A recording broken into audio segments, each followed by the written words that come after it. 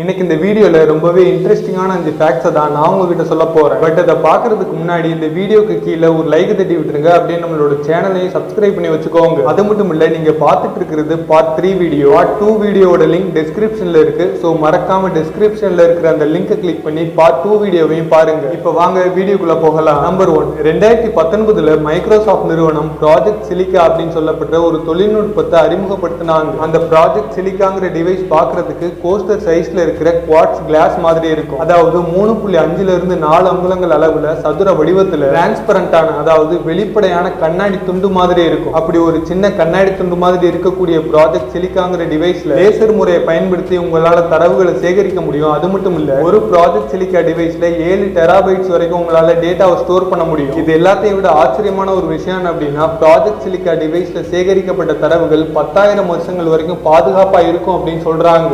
Number 2, 1800களோட ஆரம்ப காலகட்டத்தில் வாழ்ந்த ஜெர்மன் கம்போசர் அப்புறம் பியானிஸ்டான லுட்விக் வான் பீத்தோவன் அப்படிங்கிற ஒரு நபருக்கு அவரோட 20களில் அவருக்கு காது கேட்கும் திறன் குறைய ஆரம்பிச்சிருக்கு. அப்படியே வருஷங்கள் போக போக அவரோட கேட்கும் திறன் கொஞ்சம் கொஞ்சமா குறைஞ்சு கிட்டத்தட்ட அவருக்கு 40 வயசு ஆகும்போது அவருக்கு காது சுத்தமா கேட்காம போயிருக்கு. ஒரு கம்போசருக்கு இருக்க வேண்டிய ரொம்ப முக்கியமான ஒரு திறனை கேட்கும் திறன் தான். அப்படி இருக்கும்போது இந்த ஜெர்மன் கம்போசர் அப்புறம் பியானிஸ்டான லுட்விக் வான் பீத்தோவனுங்கிற நபருக்கு அவரோட 40 வயசுல அவருக்கு சுத்தமா காது கேட்காம போனதால எப்படியாவது நாம இசையை கேட்டாகணும் அப்படின்னு சொல்லிட்டு லுட்விக் வான் பீத்தோவன் ஒரு மெத்தடை ஃபாலோ பண்ணாரு. அந்த மெத்தடுக்கு பேர் தான் போன் கண்டக்ஷன். அதாவது ஒரு உலோக கம்பி எடுத்து அதோட ஒரு முனைய பியானோட கனெக்ட் பண்ணி இன்னொரு முனைய அவரோட பல்லால கடிச்சுக்கிட்டாரு. இப்படி பண்றது மூலமா பியானோல இருந்து வெளியாகக்கூடிய சத்தத்தோட அதிர்வுகள் அவரோட தாடை எலும்பு வழியா கடத்தப்பட்டு அவரோட உள்காதுக்கு போகும். இதனால லுட்விக் வான் பீத்தோவனால அவர் இசைக்கக்கூடிய இசையை உணர முடிஞ்சது. இன்னைக்கு இதே போன் கண்டக்ஷன் மெத்தடை தான் ஹெட்போன்ஸ்லயும் ஹியரிங் எய்ட்ஸ்லயும் பயன்படுத்துறாங்க.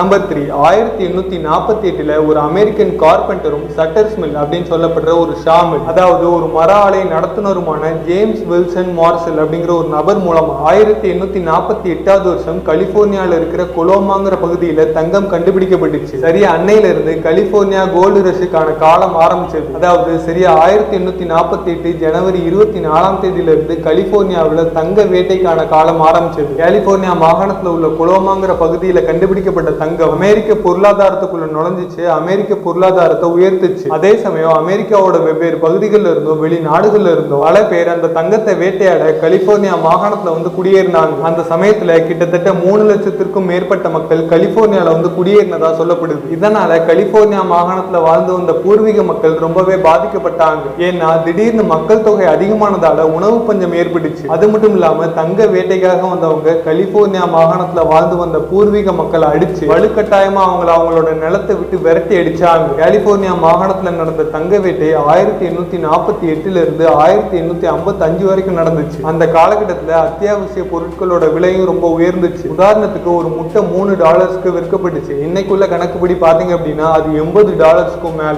நம்பர் 4, DTC DNA டெஸ்ட், அதாவது direct to consumer DNA test அப்படிங்கிற ஒரு டெஸ்ட் இருக்கு. இந்த டெஸ்ட் எடுத்தவங்கள மொத்தமா 100% அப்படின்னு வச்சுக்கிட்டீங்கன்னா அந்த 100%ல 1ல இருந்து 5% பேருக்கு யாரை இவங்க பேரண்ட்ஸ் நம்பி இவ்வளவு வருஷங்கள் கூட வாழ்ந்துட்டு இருந்தாங்களோ அவங்க இவங்களோட உண்மையான பேரண்ட்ஸ் இல்லைன்னு சொல்லி ரிசல்ட் வந்ததா சொல்லப்படுது. இந்த ரிசல்ட்டை NPE ஈவெண்ட், அதாவது நாட் பேரண்ட் எக்ஸ்பெக்டட் ஈவெண்ட் அப்படின்னு சொல்றாங்க. இந்த DNA டெஸ்ட்ல இப்படிப்பட்ட ரிசல்ட் கிடைச்சவங்க உணர்வு பூர்வமாகவும் உளவியலாகவும் பாதிக்கப்படுறதுக்கு அதிகப்படியான வாய்ப்பு இருக்கிறதா சொல்றாங்க. நம்பர் 5, யூகேல சுற்றுச்சூழல் அறிவியல் அப்புறம் சுகாதாரத்தை பத்தின செய்திகளை வெளியிடக்கூடிய ஒரு சயின்டிபிக் ஜேர்னல் இருக்கு. அந்த ஜேர்னலோட பேரு என்விரான்மெண்டல் இன்டர்நேஷனல். அந்த ஜேர்னல்ல வந்து ஒரு ரிப்போர்ட் படி பாத்தீங்க அப்படின்னா சராசரி நபர்களை விட கடல்ல இருக்கிற சர்ஃபர்ஸோட உடல்ல 3 மடங்கு அதிகமான சூப்பர் பக்ஸ் ஃபார்ம் ஆகிறதுக்கு வாய்ப்பு இருக்குன்னு சொல்றாங்க. இந்த சூப்பர் பக்ஸ்ங்கிறது வேற ஒன்றும் இல்ல, ஆன்டிபயோட்டிக் ரெசிஸ்டன்ட் பாக்டீரியாவை தான் சூப்பர் பக்ஸ் அப்படின்னு சொல்றாங்க. அதாவது நம்மளோட நோய் எதிர்ப்பு சக்தியை தாக்கி அதோட ஆற்றலை குறைச்சு எந்த ஒரு தொற்று நோயும் ரொம்ப சுலபமா நம்மளை பாதிக்கிறதுக்கு உதவி செய்யக்கூடிய பாக்டீரியாக்களை தான் சூப்பர் பக் அப்படின்னும் இல்ல ஆன்டிபயோட்டிக் ரெசிஸ்டன்ட் பாக்டீரியா அப்படின்னும் சொல்லுவாங்க. சரி, இந்த பாக்டீரியா எதுக்கு சர்ஃபர்ஸ்க்கு அதிகமா வருது அப்படின்னு கேட்டீங்கன்னா நமக்கே நல்லா தெரியும். கடல்ல குளிக்கிற பல பேர் கடல்ல சிறுநீர் கழிப்பாங்க. இவ்வளவு என் ஆசன வாயிலிருந்து கசியக்கூடிய மலம் கூட கடல் தண்ணீர்ல கலக்கும். இப்படிப்பட்ட கடல் தண்ணீரை சராசரி நபர்களை விட சர்ஃபர்ஸ் அதிகமா உட்கொள்றதால தான் சராசரி நபர்களை விட சர்ஃபர்ஸோட உடல்ல 3 மடங்கு அதிகமான சூப்பர் பக்ஸ் ஃபார்ம் ஆகிறதுக்கு வாய்ப்பு இருக்கு.